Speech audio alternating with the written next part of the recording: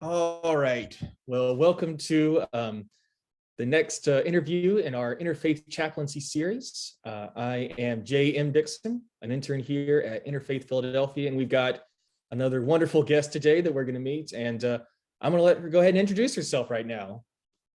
Oh, okay. Hello. Greetings to you all. My name is Doyeon Park. I am serving as a Won Buddhist teacher here at Manhattan and New York City.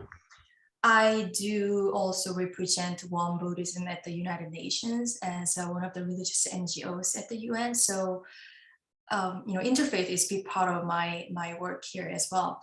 Also, I'm here. I know I'm here as a chaplain. So I also serve as a Buddhist chaplain at Columbia University and New York University. Okay, let's start from there.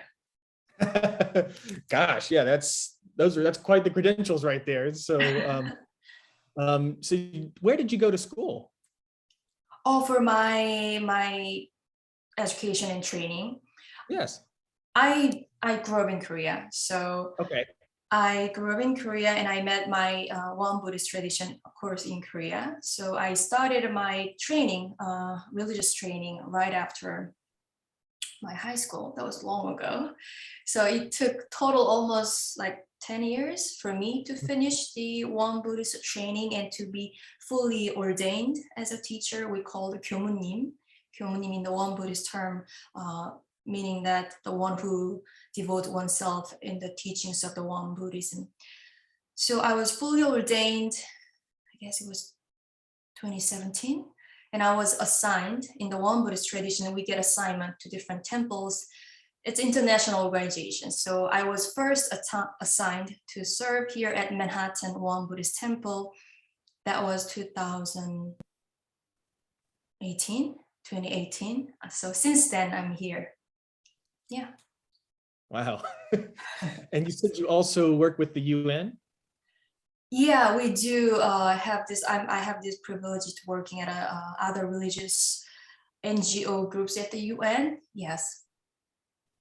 Wow. I'll get to that in a second, but I want to hear a little bit more about your background first. So what got you interested in wanting to pursue these studies and this whole, I guess, career? Yeah. Career, that sounds good. Well, I wasn't sure what to call it, but this. Yeah. No, I mean, so for me, I guess I met Won Buddhist tradition when I was in high school. I knew the Won Buddhism even before that, but then, voluntarily joining this youth service, the weekly service, I had a really good friends. I guess for me, the starting was more like kind of social gathering. I have really good friends at the temple. So once a week we meet together, we have fun. We listen to some teachings, which was nothing was special, be kind, the karma teachings, you are responsible for your actions, all these very general things. So I enjoyed this weekly dharma gatherings, and yet somehow I had a really good group of friends who were saying that, why don't we continue this practice, joining like monastic trainings. So in the beginning, it wasn't like lifelong commitment. I was like, okay, I want to try it out. I want to see how it goes. So I joined this Won Buddhist monastic community right after my high school. So that started my long way up until here. Well, even though I say in the beginning it was more casual, and yet, well, actually, I didn't really know I would stay this long, this far. But along the way, I didn't find any way to just stop this practice. Yeah. I mean, I think I certainly can say there have been moments where I'm like, oh, this is kind of interesting. I'll just kind of give it a little bit of a try. And the next thing you know, it's like, oh, I've been doing this for all these years now. So yeah, I mean, after like whole almost 2 decades, now I say, oh, I was very lucky to find this path early on. Right. Yeah, I'm so grateful for that. Yeah, I always try to do that in my life. People always say, "Oh, you need to be focused on this and that," and I'm like, sometimes you just kind of try different things, and something. If you've been so focused, you would have missed out on this other thing that's just transforms your life. So Mhm. yeah, I love hearing that kind of things, or people unexpectedly come across something like that. So Yeah. that's wonderful. Yeah. So um, sometimes that we say it's not really me finding this path. It's more almost like the path this Buddhist Won Buddhism kind of found me. You right. know. So I love that. Yeah. Um, so that's great. And so, um, how did you, I guess, kind of going off that, how did you find your way into chaplaincy specifically? right. So that's also another thing that I didn't first kind of pursue this. So Mhm. first I was assigned to this temple. So here we have beautiful community here in New York City. So maybe my third year here, 20, maybe 10, Mhm. I got an invitation from the Buddhist meditation group at Columbia University. Okay. So they have been in a meeting weekly for the meditation Buddhist practice, and they always invite teachers from different Buddhist traditions. So first I got an invitation as a guest teacher. So I visited there, and still I remember my first time went there, kind of meeting all these college students. And even then my English, I wasn't really comfortable. I wasn't really comfortable with my English. So I was very nervous in a sense. So I had really good experience for the first time. And since then they invited me like once a semester and then once a month.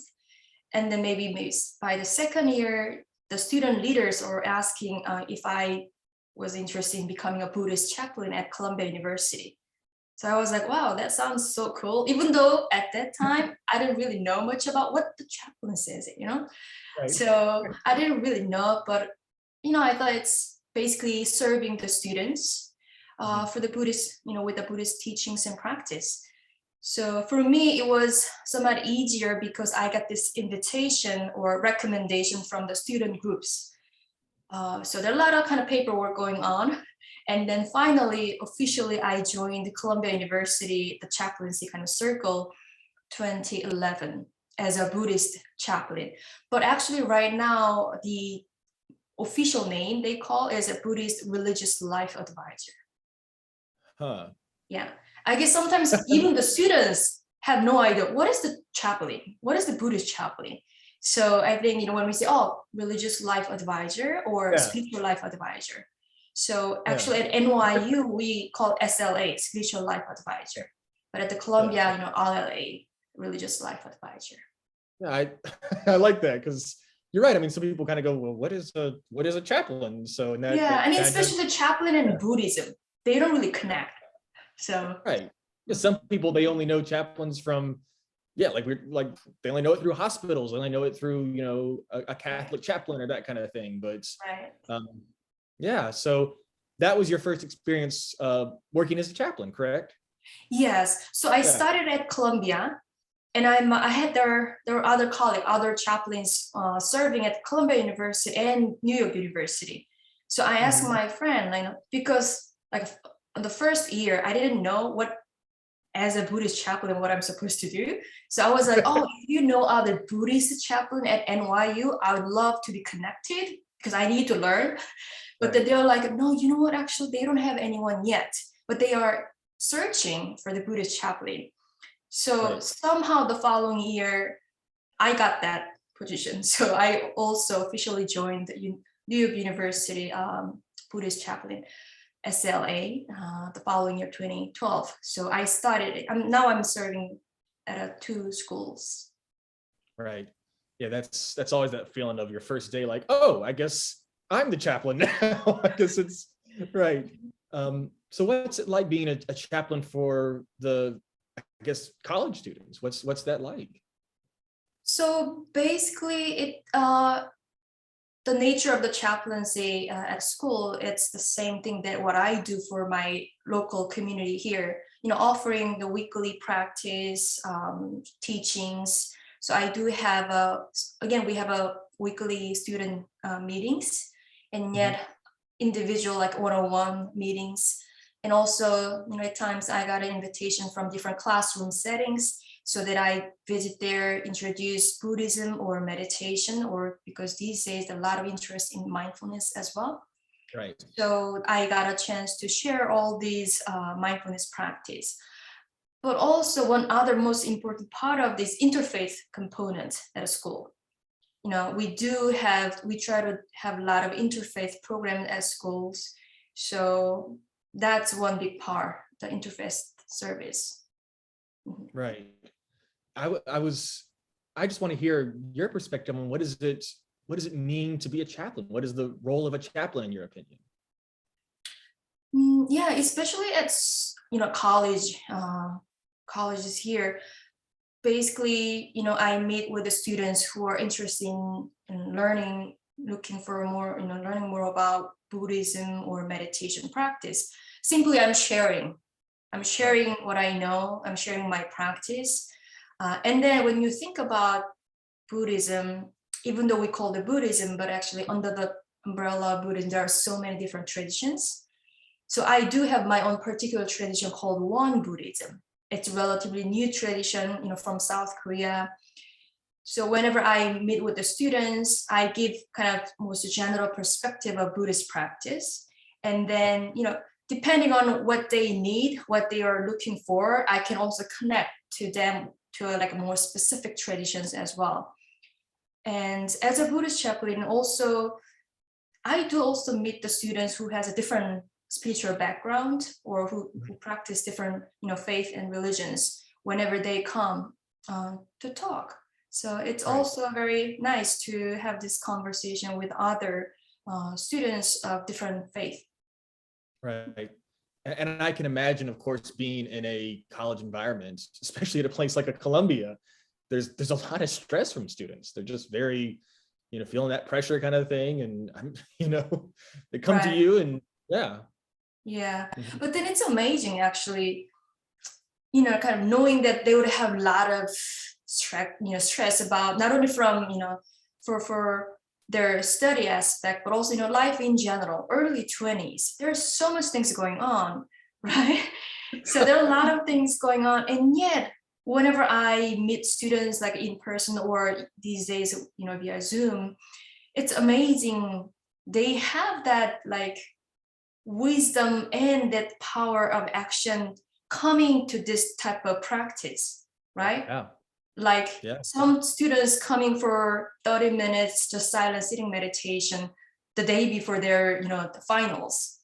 When I was a college student, if I had this kind of big finals, I would so focused on maybe on the studying with very crazy mind. But then like, wow, you guys are so great. You actually be here for this kind of silence. It's amazing. Yeah, I mean, that's something that is sometimes so, we don't think that way. Our mind just wants to, go in and attack the problem almost, just go and solve it. And that's something that's, truly, I think is just a sign of, for me to be able to have an almost level of maturity to say, I need to take a step back and kind of, analyze this and really get my head on straight about this. That's something it's very hopeful to see there are quite many young people with that mindset.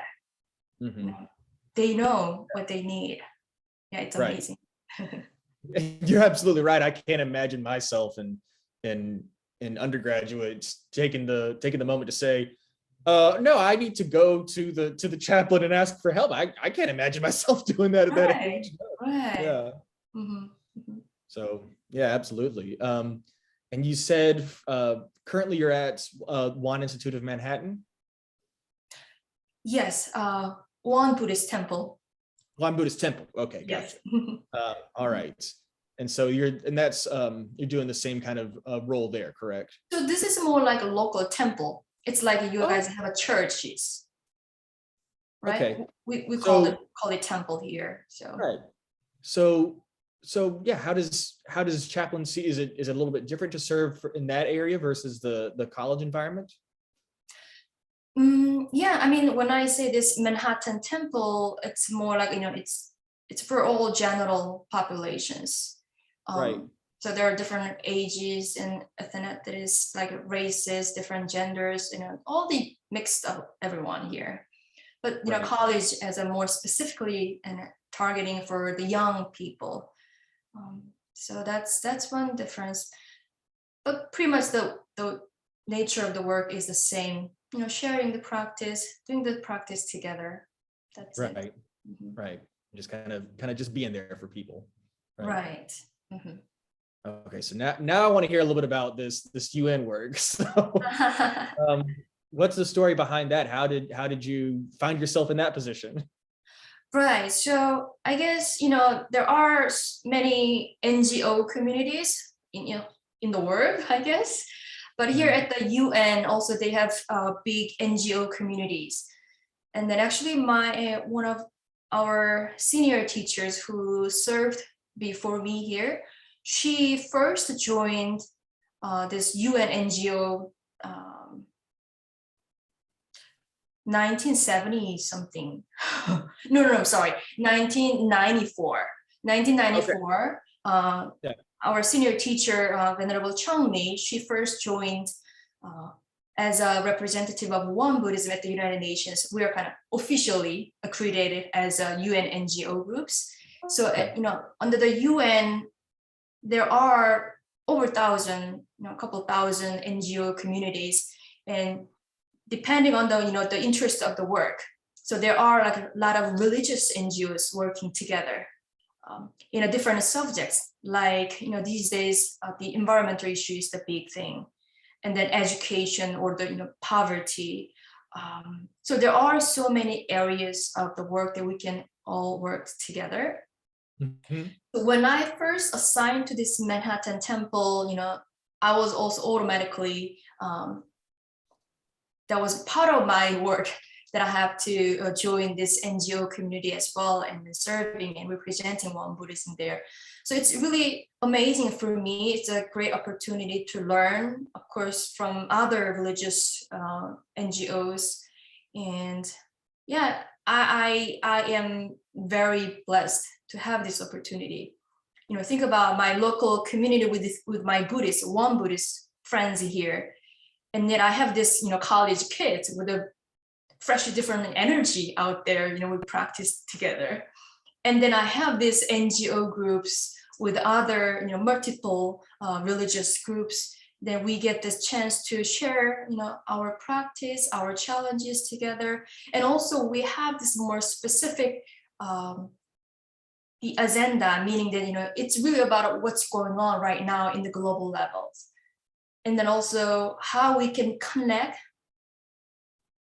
all these challenges that we have right now with our each respective traditions, how we can contribute not only this, like ethical value aspect, but also what is a practical aspect that we can contribute.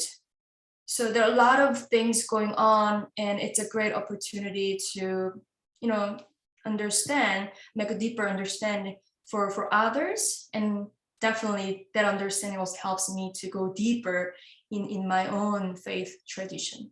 Right, because that was just making me think as you're speaking about that, because your work, you go from a very obviously individual level and working in colleges and of course in a temple, but also on this large scale. Like, that's in some ways what it means to live in New York City. But how do you kind of see their connection through that entire work from that level to this level? So I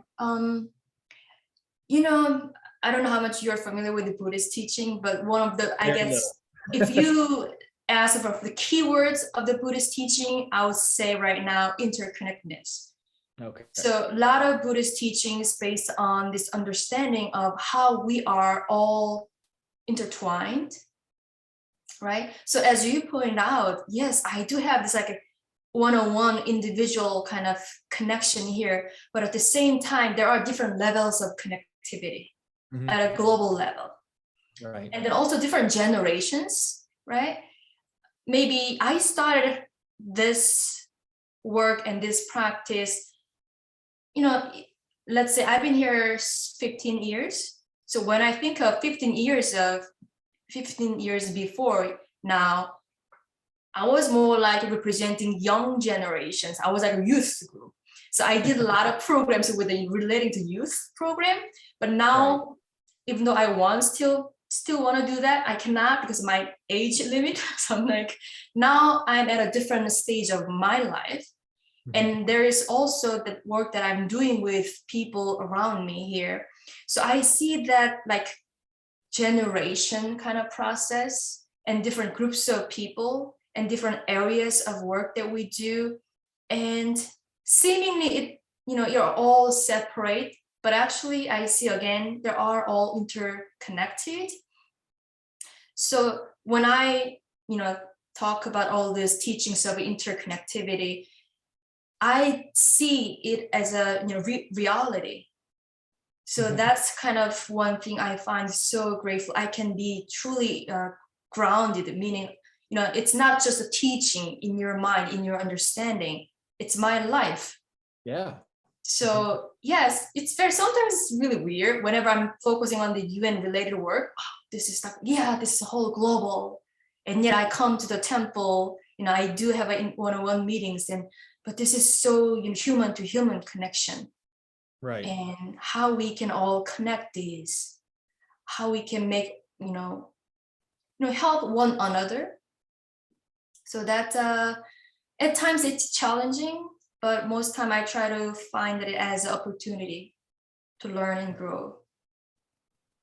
Yeah, no, I think that's I love that kind of idea of an interconnectedness. I think it's something that we forget a lot of times. We're very much, I often get sometimes even a pet peeve of mine, and someone says, oh, I'm very independent. I'm like, I don't know if anybody truly is, but we kind of pride ourselves on that. And I think that's a mistake to do that. So I wanted to ask a little bit about, you talked about your work with in the college setting, people coming to you for asking for help with with meditation or mindfulness. Are there any what kind of approach would you take to someone with that? What would you start? Are there any specific, I guess, Buddhist traditions or practices that you would start with them? Mm-hmm. So I guess especially at schools like college here, usually the student first approached me. So usually it's not like I'm going out to the random students and try to start a conversation here. So the good thing is that usually they first approached me. So it's really nice that we can have a very casual conversation. Some students come with their more specific questions, or some students just want to have a conversations, right? Yeah. So it's very different, the case by case, I guess. But then usually I would say most of students come with either they are interested in meditation, they want to have more peaceful, calm state of mind, or some people are more interested in Buddhism, which is more religious aspect. So usually whenever I meet the students, maybe that will be my first question. If you have any kind of your side, are you looking for more mindfulness or meditation practice, not necessarily about religious aspect? Then I try to kind of focus on whatever they are looking. Right. Yeah, and you were talking about it. I think you briefly mentioned how mindfulness is becoming kind of this more popular term. That's something and I'd love to hear your opinion on this. It's something I hear people talk about in a way, and I'm like, I feel like it's something that's almost become too catch-all, in the sense that, like, especially traditions like yours, which really work on this kind of thing, it's become something that has become like I said, almost a pop culture kind of thing. And I don't know how I feel about that. What are some of your thoughts on that? I think I understand what you're trying to say. Right. I think I had a similar view. Well, one sense, definitely with this popularity of the mindfulness, more and more people are interested in this type of practice, which is good. And yet sometimes, as you may point out, it became so much, I don't know how to say.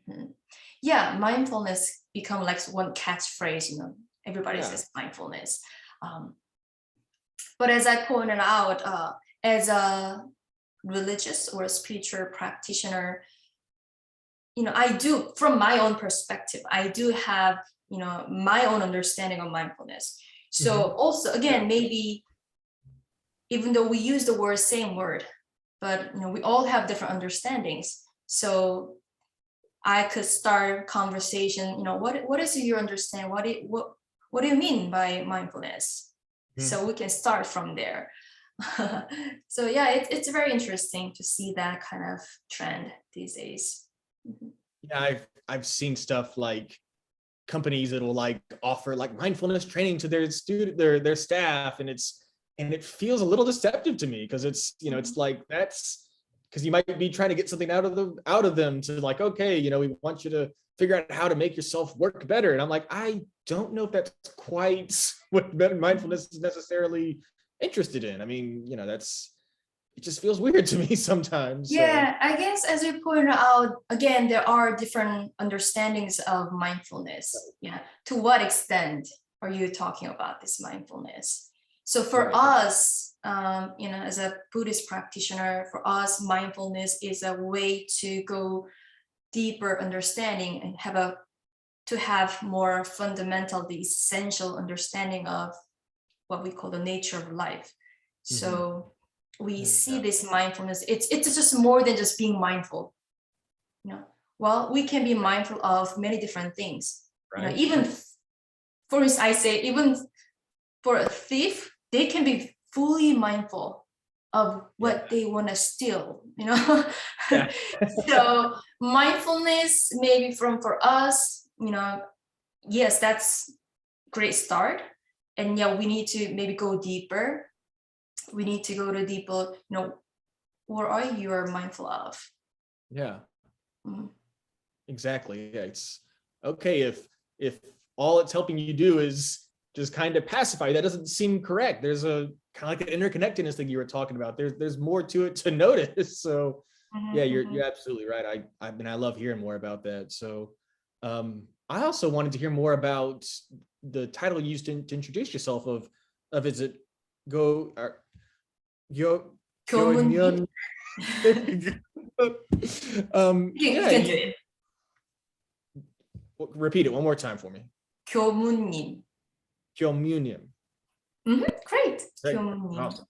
Yes, Gyomunim. So I want to hear more about that title. It's, I mean, if it's, the way you introduced yourself, that seems significant. Yeah. I mean, because when I'm here, sometimes people say, "Oh, you're more like priest." No, you're more like a minister, right? Because for the English translation word, someone said, "Oh no, because you're Buddhist, you're a monk." Well, technically you're a woman, so you're a nun. But like, no, you're not like a nun. So I'm like, yeah. What am I? Right? And then Gyomunim is a Korean word, of course, Korean word that we use in the Won Buddhist tradition for those who are fully ordained. And again, dedicate one's life in teaching the Buddha Dharma in the Won Buddhism. So because I cannot really find the exact English translation, that's why I start using, like maybe I just say Gyomunim, whatever the people understand. That's what describes what I'm doing here. So it's just a title for the Won Buddhist ordained teachers. Right. Well, I mean, anybody who learns another language realizes, some things just don't translate. Right. Yeah. But actually, if I just go at some random interfaith gathering, then I would just go by, people also call it Reverend Doyeon. Right. Yeah. Absolutely. We're gonna ask about something else. So, you've talked a lot about how, especially in your setting with working with college students, how many people do not share specifically your faith of Buddhism. So what is that like to work with with those people? I guess, especially again, as a college students, they like they are entering adulthood. and they are finally maybe starting their inner search themselves. Right. So a lot of students may have their own faith traditions they have grown up with, or they didn't really have any spiritual background, and then they wanted to kind of find more about it. So I meet a lot of students with that kind of area of, I don't know where I'm going, I just want to see. So they come to me and we have a conversation. I think that's very important, of course, especially for the young people, because spirituality or religious tradition, we offer more of the fundamental value, and then those values are very important, because everything that we do in life, even for very little things in a day-to-day life, that reflects our value. Right. So I always encourage students, we can have this conversation, maybe, but you can also, I know this cool imam, you can talk with him, or, I have all different other religious friends, and, just go out, explore yourself to see what is. Right. And that's something I want to ask about too, because I've heard a lot of chaplains talk about relationships with other chaplains across, different religious traditions. And I wonder if that was the same for you, relationships you've built with other people who may work as a chaplain at your college or in similar environments, and what's it like to build relationships with them? Yeah, as I mentioned earlier, at Columbia and New York University, the same thing, that we do see the important value of the interfaith work, so that all the chaplains actually are very open to this interfaith work. So we don't really see this work as I want to recruit more Buddhist students here. No, we're just we're just offering this safe space for students to come and have this type of conversation, so that we're not giving them answers. We're just, again, giving this space for them to feel comfortable, and they have more search here, so that they can find answers for themselves. Right. So because we share all of kind of this in a similar same frame, thought frame, that we appreciate one another. So I think we have pretty good relationship with other chaplains, especially there are many cool people out there. They're hanging around with the college kids, so they must be cool. Yeah. And I imagine you're right, when you're in that same kind of environment, and your goal is just to serve the students. It's okay, how can we do this together? How can we? Right. Yes, definitely. So we interchangeably, we're kind of introducing one another quite often. Oh, absolutely. And how big, I don't know the size of Columbia and New York University. Are they particularly, how big is the student bodies? Oh, well, for the Buddhist student groups are, compared to other traditions, we're pretty small, I would say. Of course, I know, a couple days ago, I met this in New York University imam, and they are doing, observing right now Ramadan. So they have like everyday prayers, and then these days, particularly for the month of Ramadan, they are having a dinner together. They said a couple hundred students. I'm like, ooh, what, couple hundred students coming to eat together? So yeah, compared to other maybe more larger communities, we are small couple, we'll say 20, 30 students, I would say. Right. Yeah. So you said you've been doing this since 2011. So yeah, and then also because this is student groups, and every year has a different kind of energy. Sometimes we get very active student leaders, and they want to do lots of programs, and then we can have more active. And Right. some years we can be more quiet. If the students or their nature is more like, oh, we don't need to, reach out to students, we just enjoy this practice ourselves. Right.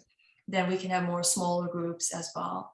So I also see, over the years, different students has a different kind of interest. Right. Mm-hmm. So how have you noticed yourself grow or change over these years serving in this role? How has this work kind of impacted you? Well, I see all this kind of, again, basically, I am very grateful for these opportunities, and especially serving in a college setting is that, I meet the students when they were freshman years, and then they graduate and they come back a couple of years later, because I'm still here in New York City in the same place, the same work here. Yeah. So sometimes I meet those coming back to the city, and that's more like, oh, we are aged, right? Well, time passed and things change. So again, this is like the reality. Wow, yes. But we were able to meet again in this practice. So I'm like, this is so cool. We see, a lot of things changing, and yet still there are things that we keep doing it in a more consistent sense. So it's nice to see that changes. And of course, we can also see, that we're aged, but I would say we're more matured. We've been grown.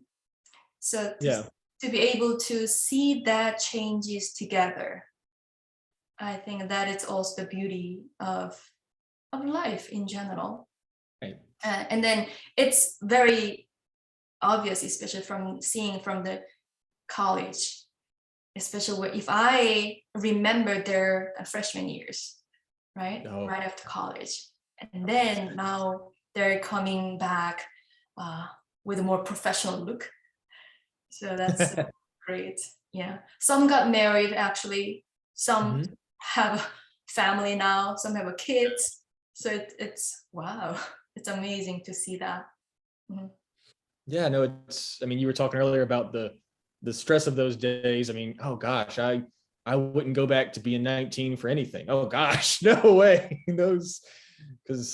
But that's you're right. That's such a part of life of how those years impact you still to this day, how you continue to move on. So yeah, no, absolutely. A question I always love to ask is, what's something you wish you had known before you started this whole chaplaincy line, this whole path? So, well, well, I think it's not necessarily for the chaplain's work, because I think especially as we had this conversation before, there are many different areas of the chaplain's work, right? If I serve as a chaplain at a hospital setting, it'll be a whole different experience. But then it's a college setting, so still it's not that different from my local temple community that I meet and just regularly here. So there are not much particularly for the chaplaincy, but for my work in general, always my question for myself is that, especially we're sharing this spiritual practice, the religious practice here. So always the question is, do I really have that realization? Do I have that understanding? Or, sometimes you see, you teach out there, but like, this is like, am I really living that teaching? Right. Well, that's like always coming back to me. And then, yeah, at the end of the day, I'm like, it's for my own, self-reflection. Am I actually living that? So that I feel like, oh, I should say little, Because if I say a lot, then I'm like, oh, there's so many things that I need to check for myself. So, because for me, this practice, it's not only, what you say outside. Again, it's really what you live, how you live your life. So that's the kind of always at the end of the day, my reflection. Yeah, I think that's such a beautiful way to approach it, and particularly from a religious perspective. I think too much we think religion, we think it's all about what you believe, and it's like, well, not exactly. No, I think especially from the Buddhist tradition, right. We have a lot of emphasis on the practice, meaning your own experience. I can talk about a lot of things because by learning, by reading, by listening to other teachers, like, I guess in we call it my brain, in my mind, like I do have like, yeah, this is awakening, this is complete liberation. But am I living that? Right. Not yet. I'm not there yet. So it's more of, am I really have that experience of my understanding? So that's what we call a practice, your real experience of the teachings. So that's something, as a Buddhist practitioner, as a chaplain, but as a just human, as a Doyeon, that is my question. Am I actually living the teaching, the understanding that I have? Yeah. Yeah, and that's a constant thing. You're right, where you go, well, I got to work on that part, got to work on that. So, but yeah. Well, that makes me humble, like, the humility that I see for myself. Right. Great. And you said that, so your specific tradition, was it Won Buddhism specifically? You said it's pretty young, right? Yeah, so Won Buddhism, the Won, W-O-N, that literally means a circle in Korean. Okay. So in our meditation room, we actually have a circle in our, like I have one circle over there, but it's more like just perfect circle we have on our altar. So, when people go to Buddhist temple, most people expect that maybe Buddha statue in the meditation hall. But in case in our Won Buddhist temple, we have the circle as a symbol of Buddha's mind, meaning the symbol of our own true mind, your divine nature, your enlightened mind. So that's a symbol of our true nature. So we have the circle, and this particular tradition is only, this year we say 107th year. So actually April is the Won Buddhist, the month of our anniversary month, because our founding, our founding teacher was enlightened, we say 1916, April 28th. And we see that as the kind of the beginning of the Won Buddhist community. So we celebrate this April as a full month of the anniversary month here. And so, 107th year is, of course, relatively new tradition compared to other tradition. They say it's more like 2,500 or 2,600 years of traditions. Yeah, I was about to say Buddhism as a whole, right? So, right. The Buddhism as a whole has that long, the years of tradition. But Won Buddhism, because we are relatively young, our focus is more particularly focused on more practical application of Buddha Dharma, simply saying that, yes, as we become the Buddhist practitioner, that literally our founding teacher saying that as you become a Won Buddhist practitioner, you be more useful to help individuals, communities, and the nations. So, sometimes people misunderstand the religious practice, especially maybe the Buddhist practice, you go deep into the mountain, you just meditate, you keep quiet, seemingly you look like you don't really care about what's going on in the world. But in the Won Buddhist approach, you would say, well, that's not quite true. Being a true practitioner, a true Won Buddhist, meaning that you be more responsible. Right. Responsible of your own action, your action that you put out through your words, through your thought, through your actions. So, like I often say, a lot of times, again, these days people say being mindful. Being mindful means being responsible. You be responsible for your life, but your life is also related to your family, your friends, your community, whole world. So how you be mindful, or how you be responsible for your own life, and that itself is a practice. So in the Won Buddhism, maybe that is why from the beginning Won Buddhism was very active in the interfaith work. And also Won Buddhism is very active for me to go out to serve as a chaplain at a school, or we do have my other friends, Gyomunim. She's actually serving as a US Navy chaplain. So there are different areas that we can go to serve. So that really reflects the Won Buddhist vision for how we make this religious practice, again, to make a more practical, useful, beneficial way of life here. You were talking a little bit about kind of some misconceptions almost about how people, could you talk about that more? I'm sure that's something, just misconceptions people have about Buddhism or about mindfulness, that sort of thing. Yeah, I mean, first of all, we are still, I think, there are little separations, thinking that, religions versus more secular life, right?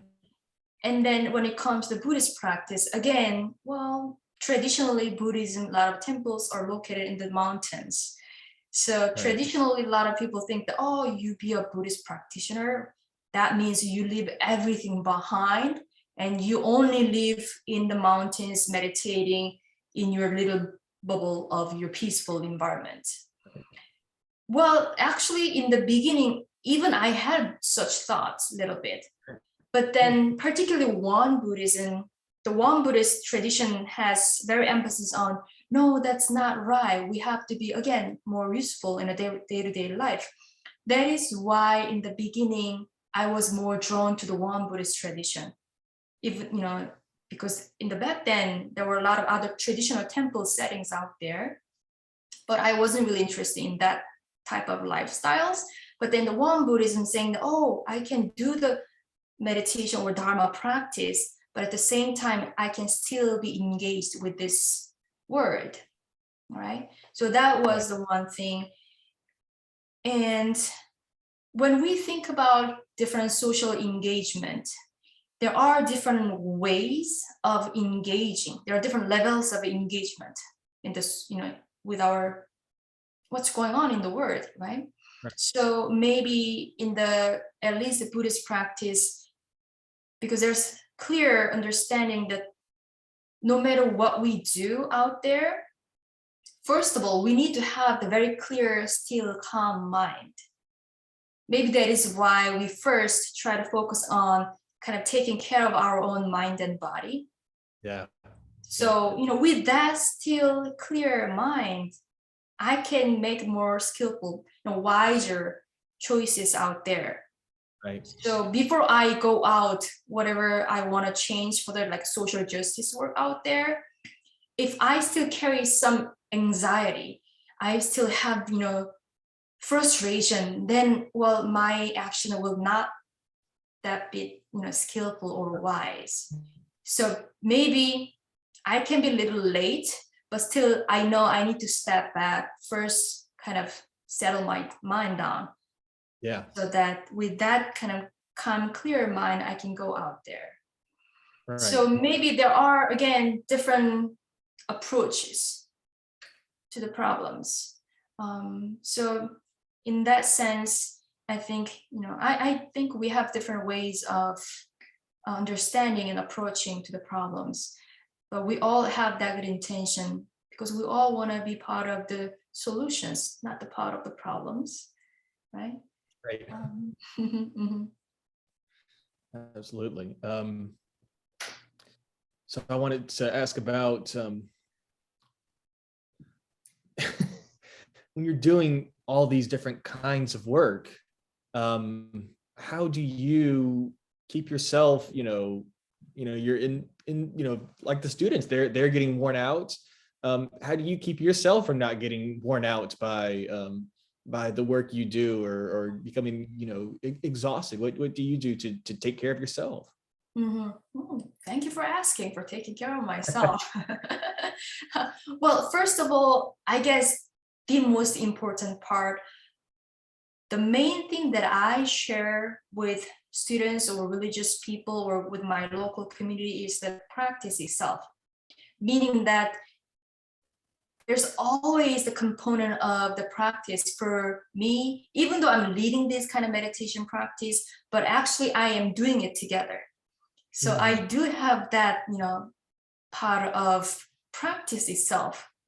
That's part of my work. So I think I'm very fortunate to have that opportunity. And second, because I also think this self-care is critical. Right. Especially these days, we're living in this world. Everybody is always rushing, always, trying to do more. Thankfully, the Buddhist teaching and practice saying that, well, maybe doing less is not bad. So, maybe you kind of slow it down. So that the nature of this Buddhist practice itself is always helping me to reflect. I try not to overwork. So knowing the limit of, what I can do versus what I want to do, what I have to do, right? There are different areas, and I try to keep very mindful, being aware of my limits, so that I try to, of course, always the balance is the key. And then thankfully, this Buddhist teaching and practice itself always giving me this opportunity to see, to reflect on that kind of balance kind of level. So I try to keep that in mind. And then also, in a practical sense, I say, the school has a vacations. So I do have chunk of time that I can be free of that part. And also UN NGO work has the same system. We have same couple months working, and then there's couple months that we are more free of the work, and then my temple community as well. So I am able to kind of manage my time and energy according to my own energy. So again, I feel very fortunate to have this whole areas of working, and I'm in the place that I can manage all these times together. Remembering always the self-care is also the foundation of, yes, in order for me to serve others, I first have to have the right mindset and right place for my mind and body. Right. Yeah. That is very, very critical, that I'm learning every day and years here. Yeah. Right. Well, I want to be respectful of your time. We're getting a little close to finish up. So I wanted to just allow you to, if there's any final thoughts or stuff you'd like to share here at the end. Well, first of all, thank you for this opportunity. And when I heard from my Dharma sisters working in Philadelphia area, I was very happy to hear that you guys have this Philadelphia Interfaith kind of team, they're working together and seemingly starting more active work here. So that's great to see that. And I hope you continue this work. And this is something that we can all do, and also part of our responsibility. As for me, as a religious person, maybe, but there are so many other people can contribute to this conversation. And this is something, again, we get more understanding through this type of work. So we have more understanding of what others are, but at the same time, that ultimately comes back to ourselves. The one thing that I really appreciate about this interfaith work is that, again, by understanding others, I have much better understanding of my own tradition. And then that also comes back to the understanding of myself. So this is the process of learning and growing. So yeah, we are very fortunate to have this whole conditions together. So Yeah. just my last word would be deep appreciation for this opportunity. Well, thank you. I echo that as well. I always love learning from other people, and it's the same thing. It helps me reflect on myself and think about how I want to live in life. So who do I want to be? And so yes, once again, just thank you so much for being willing to participate in this and sharing all your, I'll just say, wisdom. I appreciate this so much, and I've given me a lot to think about as well. So yeah, I think on that we're gonna go ahead and finish up here, but thank you once again, and I hope you have a good rest of your week. Thanks. Thank you. Okay. Is that